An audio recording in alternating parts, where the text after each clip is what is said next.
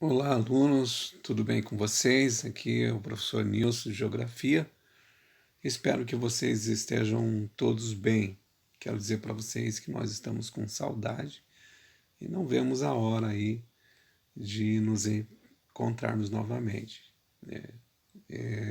Hoje, precisamente, nós vamos estar aqui passando os principais aqui princípios do conteúdo do terceiro capítulo do nosso livro, que tem por tema deslocamentos populacionais na América e na África. Eu aconselho vocês a voltarem, dar uma olhada no primeiro capítulo, no segundo capítulo, e assistirem também às aulas, às vídeos aulas que nós mandamos para vocês. Se vocês tiverem acesso ao Positivo On, também acesse para que vocês possam então desenvolver aí uma prova boa, tá bom? E também se cuidem, né? Queremos que tudo isso que a gente está vivendo, que é diferente para vocês, também está sendo diferente para nós. Nós estamos gravando esse vídeo para nos aproximar um pouquinho de vocês e dizer para vocês que nós estamos com muita saudade, tá bom?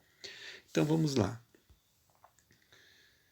Os objetivos, né, desse terceiro capítulo do nosso livro didático é compreender a inserção das populações americanas e africanas no contexto das migrações internacionais contemporâneas, reconhecer os principais fluxos populacionais da América e da África e como eles se relacionam com o Brasil, analisar os principais fatores e as consequências da migração internacional, tanto para os países emissores quanto para os que hospedam grupos migratórios internacionais.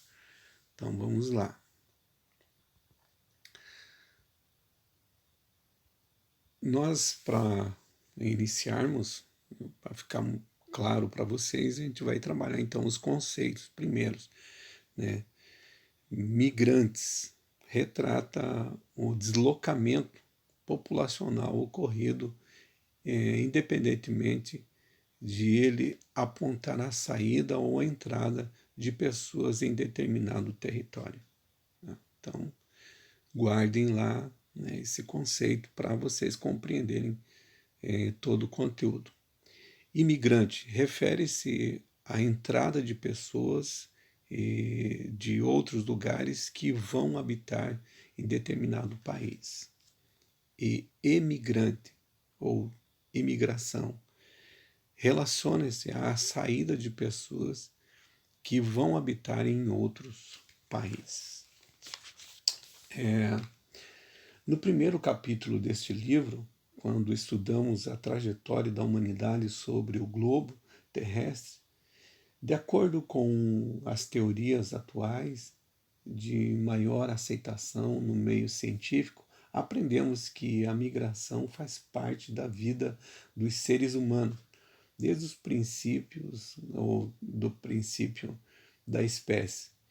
No decorrente de milênios, o deslocamento populacional dos grupos humanos levaram o Homo sapiens a se espalhar pelos 5 continentes habitados do globo. Vamos então dentro do primeiro tópico aqui, que vamos colocar aqui, eu vou voltar um pouquinho, deixar aqui nas categorias, mas não vou falar sobre esse tópico agora, mas vou fazer uma introdução sobre a América e a África no contexto das migrações contemporâneas. Migrantes também são todas as pessoas que vivem em lugares diferentes daqueles em que nasceram. Já os migrantes internacionais são as pessoas que vivem em países distintos daqueles onde nasceram. Então, está aí claro para vocês esses conceitos. Você vai ver que você pode até acompanhar comigo, porque eu estou desenvolvendo as questões teóricas, os principais, né, assuntos desse terceiro capítulo do nosso livro. Eu estou na página 42 e você pode observar que aqui tem um gráfico, né, que é países com um maior aumento do número de imigrantes. Você vai ver que o primeiro aqui é a Síria, né? Depois vem o Sudão do Sul. E no outro gráfico ao lado você vai ver que países com o maior número de imigrantes, que está aqui em primeiro lugar os Estados Unidos, com 46.630.000, né, imigrantes. Depois vem a Alemanha, a Rússia, a Arábia Saudita, Reino Unido. Mas você vai ver que um dos principais, né, motivos, né, de a Síria estar aqui em primeiro lugar de números de imigrantes é por conta da guerra civil, né? Você vai ver que houve ali dentro do Oriente Médio, né, uma diáspora, né, dos seus cidadãos mais que quintuplicar entre 2010 a 2017. Isso pode ser explicado pela Guerra Civil, que tomou conta desse país em 2011 e se prolongou por todo o restante do período, considerado na estatística que vai de 2010 a 2017. Houve participação de potências militares estrangeiras, como Estados Unidos, Turquia, a Arábia Saudita, entre outros, que deram apoio a grupos rebeldes, e a Rússia, Irã e grupos libaneses, como o Hezbollah, né, que apoiaram o governo sírio. Todos os demais países que apresentaram intenso crescimento de número de imigrantes têm em comum o fato de serem africanos. Para compreender melhor como se configuram as diferenças ou as diferentes situações que os imigrantes vivem e enfrentam em sua jornada, vamos compreender como se definem algumas das principais categorias de migrantes. Então aqui nós colocamos esse slide que você está vendo, as categorias, né, que está também na página 44, se você estiver me acompanhando. Então vamos lá. Refugiados, aqueles que fogem de seu país, geralmente em grupos, alegando temores fundados de perseguições ou perseguição por conta de crises humanitárias, violência, miséria, racismo em seu local de origem, para o qual não podem ou não querem retornar. Então, a quantidade aqui é 22,5 milhões, a data de 2016, né? Deslocados internos são os que fogem pelas mesmas razões e condições que os refugiados, porém permanecem dentro dos seus países. Requerentes de asilo são os que fizeram, por intermédio da ONU, solicitação para receber os status de refugiado e aguardam resposta. Nós vamos ali notar que esses que estão guardando resposta, né, pela ONU, 2,8 milhões, né, da estatística aqui, e a data de 2016. Exilados políticos, sem intermédio da ONU, solicitam asilo diretamente ao líder político máximo de outro país, alegando perseguição, geralmente por parte do seu governo. Vamos lá. Migrantes americanos.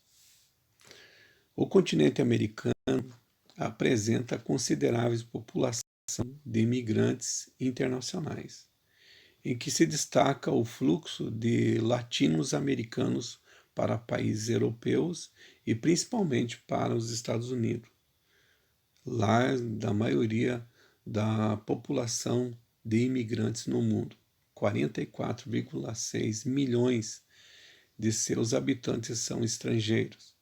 Entre os países que contam com o maior número dos seus cidadãos imigrados, ressalta-se o México como o segundo maior emissor mundial, com 12,3 milhões de imigrantes, atrás apenas da Índia, com 15,6 milhões, e segundo dados de 2016. Você vai ver aqui que essa migração ela faz parte também do próprio continente latino-americano, principalmente ali os mexicanos, né, países vizinhos, eles vão fazer essa migração aos Estados Unidos também. Migrações internacionais e o Brasil.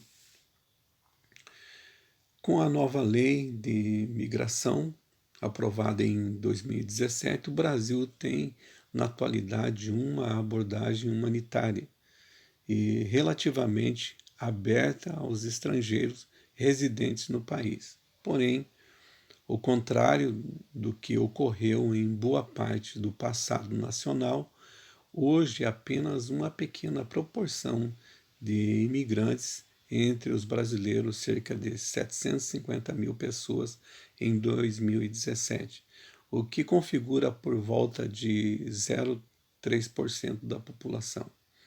Uma proporção baixa, ainda mais comparada a outros países americanos, como os Estados Unidos, onde quase 15% da população é composta de imigrantes, ou o Canadá, que conta com cerca de 22% de imigrantes entre os habitantes do país. Você vai ver que, por mais que os Estados Unidos eles têm uma fronteira um pouco fechada, mas tem a maior proporção de imigrantes. Você vê que o Brasil ele tem já uma fronteira não tão fechada como os Estados Unidos, mas nós temos aí na proporção uma baixa, né, proporção de imigrantes aqui no Brasil. Isto visto por conta da questão econômica, né? Muitos brasileiros também migraram para os Estados Unidos. Vamos lá. A situação de imigrantes africanos. A situação precária da vida nos campos de refugiados e que espalham em vários países não é uma novidade no continente africano, onde desde a década de 1970 inúmeros conflitos étnicos e políticos deram origem ao fluxo mais ou menos contínuos de refugiados, deslocados internos e imigrantes em busca de oportunidades de emprego e estudos. Vamos lá. Migrantes americanos e africanos, consequência e suas chegadas e saídas. Um dos aspectos da vida social